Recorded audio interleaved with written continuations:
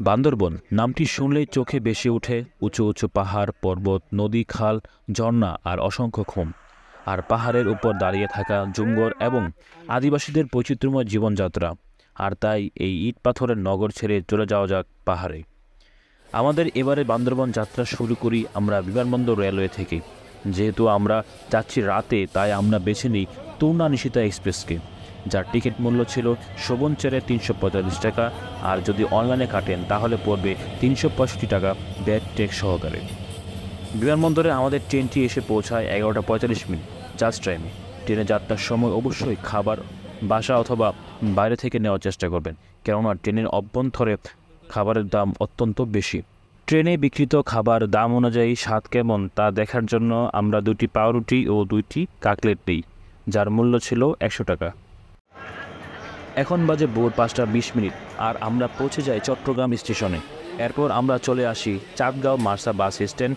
Auto ভাড়া জনপ্রতি ২০ টাকা। এখানে আপনারা ফ্রেশ হওয়া সহ ফোন চার্জ দেওয়ার সুবিধা পেয়ে যাবেন।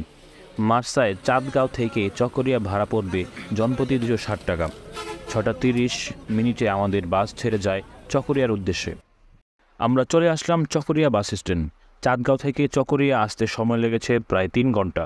আর এখান থেকে পেয়ে যাবেন চাঁদের গাড়ি, যা চকরিয়া থেকে আলীকদম নিয়ে যাবে। আলীকদম যাওয়ার জন্য আমাদের ২টি এনআইডি কার্ডের ফটোকপি লাগবে। ফটোকপিতে আমাদের নিজেদের নাম্বার এবং একজন গার্ডিয়ানের নাম্বার অ্যাড করে দিতে হবে।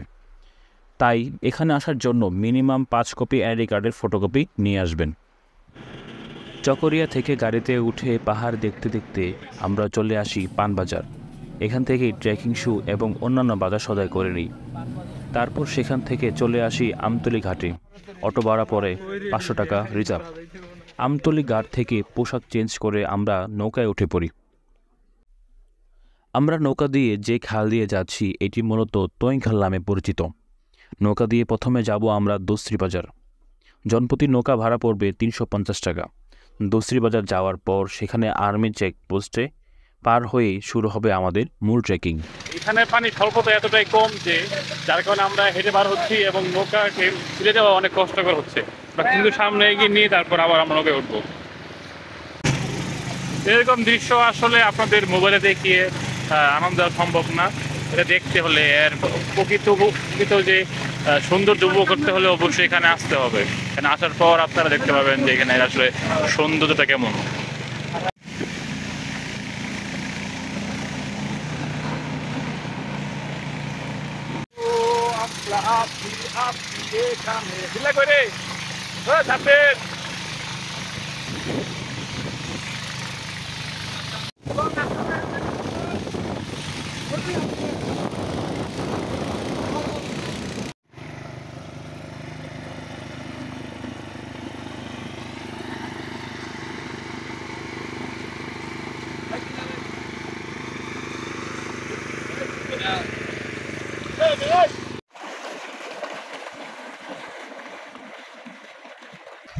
পানি স্বল্পতা এতই কম যে পানি একেবারে নাই বললে চলে।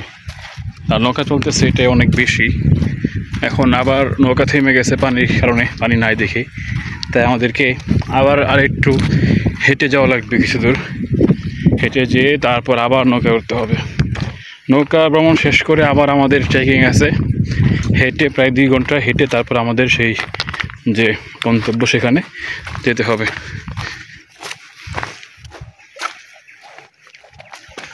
এই যে কি সুন্দরভাবে তারা মাছ ধরতেছে, এটা কি বলে, মাছ ধরার খাসি বলে মনে হয়। এই যে আমাদের দেখে তারা দৌড় দিতেছে।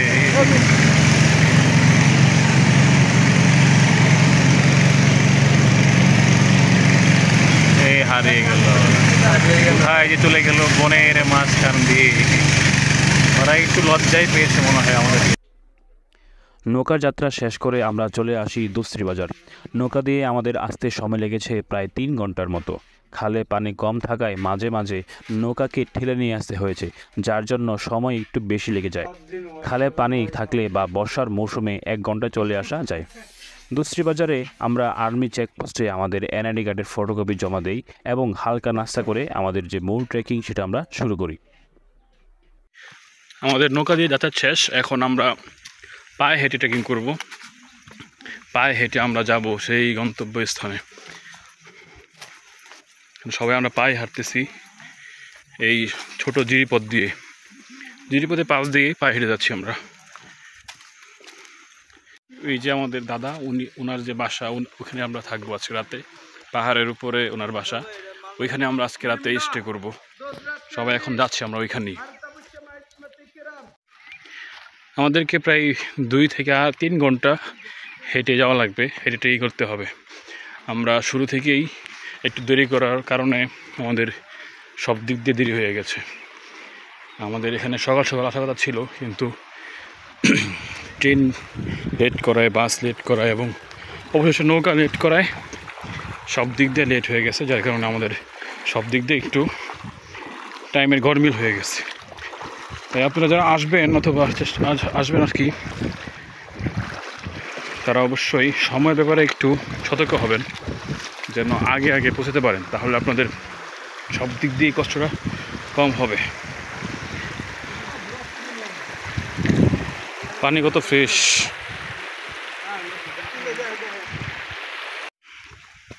শুধু একবার দেখুন, এত সুন্দর ভিউ এখানে মোবাইলের ক্যামেরা দিয়ে দেখানো সম্ভব না, ভাষা প্রকাশ করা সম্ভব না, যদি এখানে আপনারা না এসে দেখেন।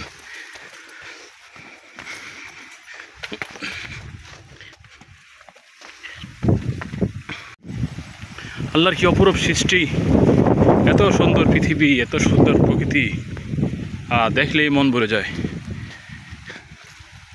যারা একটু অ্যাডভেঞ্চার প্রিয়, অ্যাডভেঞ্চার করতে চান, তাদেরকে এখানে আসার অনুরোধ। এখানে আসবেন এবং এই প্রাকৃতিক পরিবেশ দেখবেন, আপনার মন এত উৎফুল্ল হবে যা ভাষায় প্রকাশ করার মতো না। সত্যিই খুব মনোমুগ্ধকর পরিবেশ এখানে।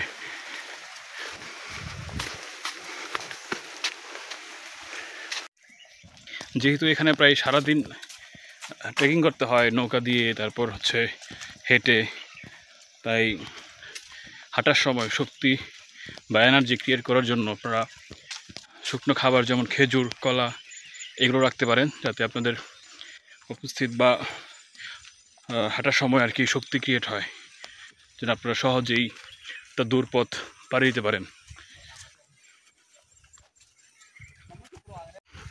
শুকনো খাবার বা খেজুর আপনাদের কীভাবে শক্তি বা এনার্জি ক্রিয়েট করতে সাহায্য করে, তারা আপনারা হাঁটার সময় খেজুর খাবেন এবং হাঁটবেন, তখন বুঝতে পারবেন যে এটার মধ্যে কতটা উপকারী এবং এনার্জি এখানে আছে। এই সামনে একটি বাড়ি দেখা যাচ্ছে, সম্ভবত একটা স্কুল। হ্যাঁ, এটা হচ্ছে রাইতুমনি পাড়া সরকারি প্রাথমিক বিদ্যালয়।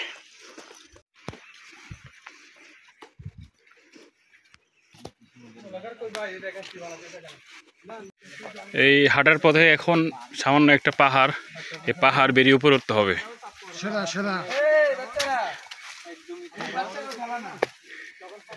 পাহাড়টা একদম খাড়া, যার জন্য উঠতে একটু কষ্ট হচ্ছে। এইখানে ওঠার সময় যদি বাস ব্যবহার করেন তাহলে সহজে উঠতে পারবেন, কষ্ট কম হবে এবং একটু ঝুঁকি আছে, তাই একটু সাবধানতার সঙ্গে উঠবেন, যেন পিছলা খেয়ে যেন না পড়ে যান, কারণ একবার পিচ্ছিল খেয়ে পড়লে একদম নিচে। এই অবশেষে আমরা উঠে পড়লাম। কিভাবে কষ্ট করে উঠতে হচ্ছে, একদম খারাপ উঠে গেছে রাস্তাটা। নিচে জিরিপথ আর উপর দিয়ে হচ্ছে পাহাড়ের রাস্তা, আর আমরা এই রাস্তা দিয়েই হেঁটে চলছি আমাদের গন্তব্যস্থানে। একদম খারাপ পথ, দেখেন এখান থেকে কেউ যদি পা পিছলে পড়ে যায় বা দুর্ঘটনাবশত কেউ যদি এখান থেকে পড়ে যায় তাহলে সোজা নিচে।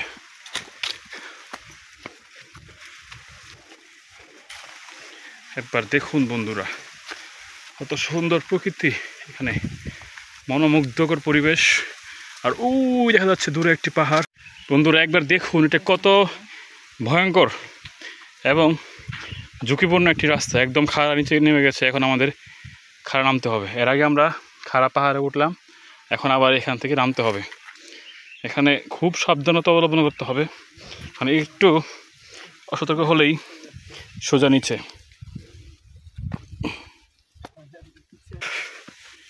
এখনও নামতে পারি না, মাত্র আমরা অর্ধেক রাস্তায় আসলাম। এই পাহাড়ের আরও নিচে নামতে হবে।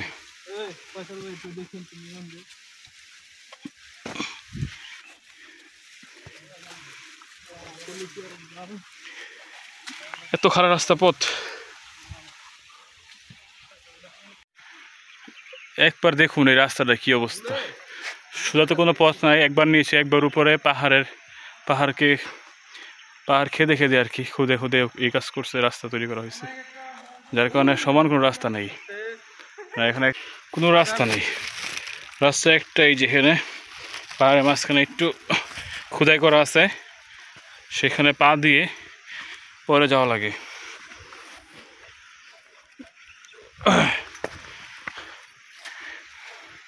এই হচ্ছে রাস্তার অবস্থা, অত্যন্ত ভয়ঙ্কর সুন্দর। আর এই যে আমাদের প্রথম যে গন্তব্যস্থল তাংখোয়েন, না এটার নাম হচ্ছে থাংখোয়েন ঝর্ণা। এখানে আমরা এই যে এই জুমগড়, এখানে আমরা রাতে অবস্থান করব আগামীকাল রাতে। আর আজকে থাকবো আরেকটা পাহাড়, সেখানে আমরা যাচ্ছি। এখানে সম্পূর্ণ পাহাড় এবং নিচে পাথরের পথ, সোজা কোনো পথ নেই, পাথরের পথ বেয়ে আপনাদেরকে এগিয়ে যেতে হবে।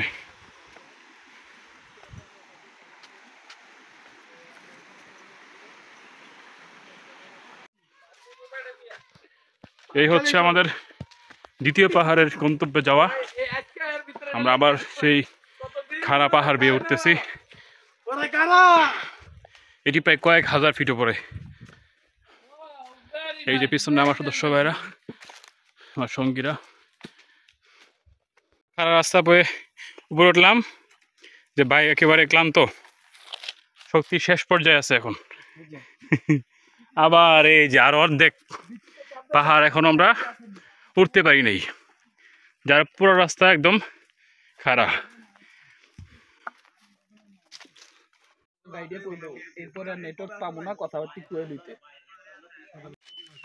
খাড়া পাহাড় বেয়ে ওঠার পর এখন আমরা আবার পাহাড় বেয়ে নিচে নামতে হচ্ছে আমাদের, কারণ নিচে হচ্ছে আমাদের সেই ঝর্ণা এবং গন্তব্যস্থল, যেটা নাম হচ্ছে পাংখোয়েন। সেখানে আমরা যাব, এখন ওদের নামতে হবে। আর এর মধ্যে আমরা যে হাজিরামপুর যে পাহাড়, সেখানে ওঠার পর একটু নেটওয়ার্ক পাওয়া যায়, এবং এই সুযোগে এই নেটওয়ার্ক পাওয়ায় বাড়িতে একটু যোগাযোগ করে নিলাম, পাশাপাশি সানসেট এবং অন্যান্য যে ভিউ, এটা একটু উপভোগ করলাম। এখন আমরা পাহাড়ের নিচে নামবো এবং সেখানে আমরা রাত্রে স্টে করব। পাহাড় থেকে নামতে নামতে প্রায় সন্ধ্যা গড়িয়ে এলো, আমাদের হেঁটে যেতে প্রায় আরও 1 ঘন্টা লাগবে, প্রায় রাত হয়ে যাবে। এই যে রাত্রেবেলা আমাদের পাহাড় বেয়ে নিচে নামতে হচ্ছে, এটাও একটা খারাপ পথ, খারাপ পাহাড়।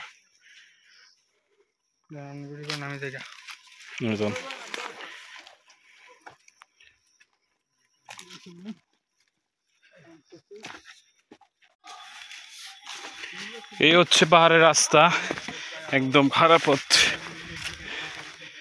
অন্ধকার, রাত হয়ে গেছে, রাত বাজে এখন প্রায় 8টা। আমরা এখনও পাহাড়ের মধ্যে আছি। আমাদের সেই যে প্রথমে নৌকার লেট, গাড়ির লেট, যার কারণে সব দিকে লেট হয়ে যায়। এই জন্য আমাদের প্ল্যান ছিল আমরা সন্ধ্যার আগে পাহাড় থেকে নেমে আমাদের গন্তব্যস্থলে পৌঁছাবো, কিন্তু তার হয়ে উঠলো না। এখন এই রাত্রে পাহাড়ের মধ্যে দিয়ে আমাদের যেতে হচ্ছে, গুটগুটি অন্ধকার।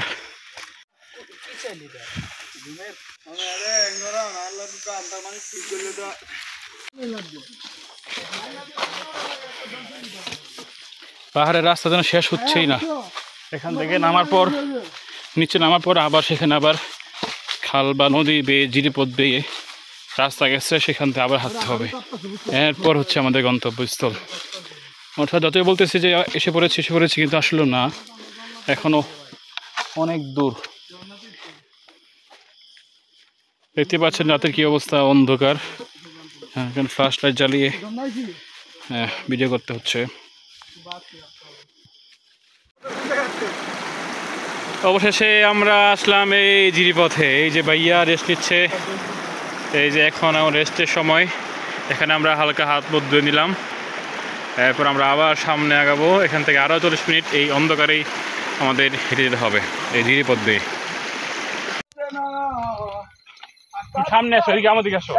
নেই জানা শোনা আমি তোর চোখেতে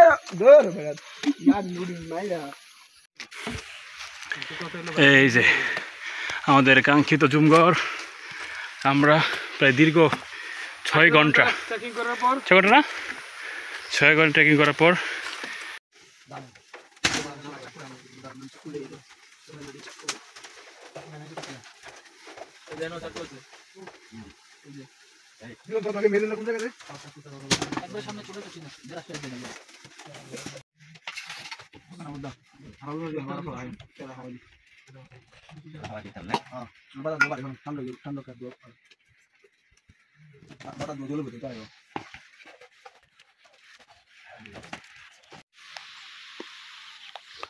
এখন আমরা মুখ ধোয়ার জন্য নিচের যে ঝর্ণা সেখানে যাব। সেখানে গিয়ে আমাদের ওই ঝর্ণার পানি দিয়ে আমরা মুখ ধুবো।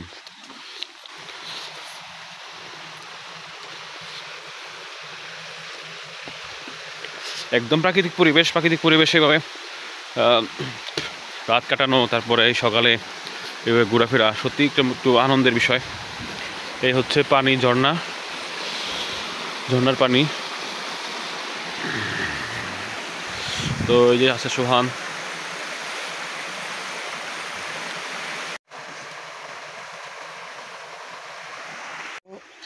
জি প্রিয় বন্ধুরা, এখন আমাদের এই সকালের নাস্তা রেডি হয়ে গেছে। এখন আমরা এখানে নাস্তা করব একদম জুমগড়ের পাশে, এই ঝর্ণার উপরে পাহাড়ের সাথে।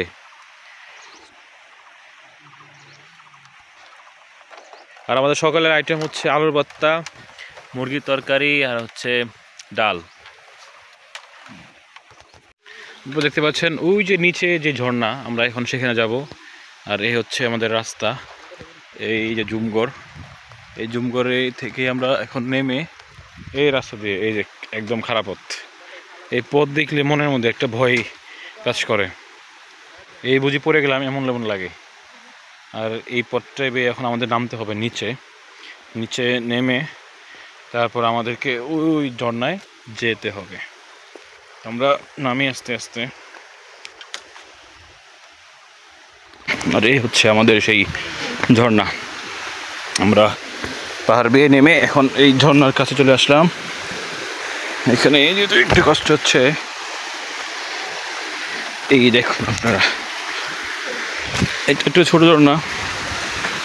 এই হচ্ছে ঝর্ণা, নিচে আরো নেমে গেছে অনেক দূর। আমরা এখানে ওই যে আমাদের হ্যামক টানানো আছে, আমরা হ্যামকে বসবো, এখানে বসে একটু রেস্ট নেব। প্রিয় বন্ধুরা, একবার দেখুন কত সুন্দর। আর এখানে ঝর্ণার সাউন্ড পাওয়া যাচ্ছে একদিকে, আবার এখানে হচ্ছে নিচে নেমে গেছে ঝর্ণা, আর এইদিকে হচ্ছে বিশাল পাহাড়। এখানে আসলে আপনার মন একদম আনন্দে ভরে যাবে, এত সুন্দর। এখানে দাঁড়িয়ে জাস্ট একবার চোখ বন্ধ করবেন, দেখবেন যে আপনার কানে সাউন্ড আসতেছে, ঝর্ণার সাউন্ড আসতেছে। আর চোখ খুলে দেখবেন যে চারদিকে পাহাড়, ঝর্ণা, পানি, এক কথা মিলে একদম সব কিছু মিলিয়ে জাস্ট একদম অসম। জায়গাটা একদম অসম। এখানে একটা জুমগড় পাহাড়ের সাথেই, এই ঝর্ণার সাথেই ওই যে জুমগড় আরেকটা। আর আমাদের জুমগড় হচ্ছে ওই উপরে, ওই যে ওইখানে পাহাড়ের উপরে। আর ওইখানে আমাদের সদস্যরা নামতেছে, ওই দেখা যাচ্ছে কতটা কষ্ট করে নামতেছে বন্ধু, দেখতে পাচ্ছেন। খুব রিস্কি এবং খারাপ পথ, যার কারণে নামার এটা অনেক কষ্ট হয়ে যাচ্ছে।